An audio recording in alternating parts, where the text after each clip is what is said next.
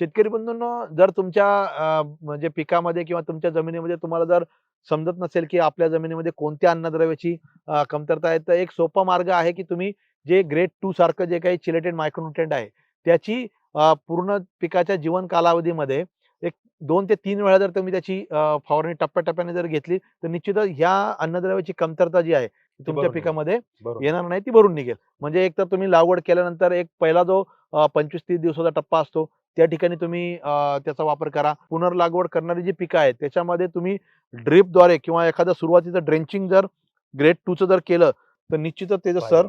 खूप फायदा जो आहे, तो तुम्हाला होणार आहे. त्याच्यानंतर एक फुलधारणेच्या अवस्थेच्या पूर्वी तुम्हाला एक मायक्रोन्यूट्रिएंटचा स्प्रे त्या ठिकाणी घ्यायचा आहे आणि फळ सेट झाल्यानंतर किंवा फळाच्या वाढीची जी अवस्था आहे, त्यावेळेस. त्या ठिकाणी एक तुम्ही स्प्रे घ्या. म्हणजे अशा पूर्ण जीवन कालावधीमध्ये ह्या 3 टप्प्यामध्ये जर तुम्ही सूक्ष्म अन्नद्रव्याचा जर स्प्रे घेतला, तर निश्चितच तुमचं उत्पादन जे आहे, ते क्वालिटी आणि क्वांटिटी या दोन्ही याच्यामध्ये चांगल्या प्रकारे येणार आहे.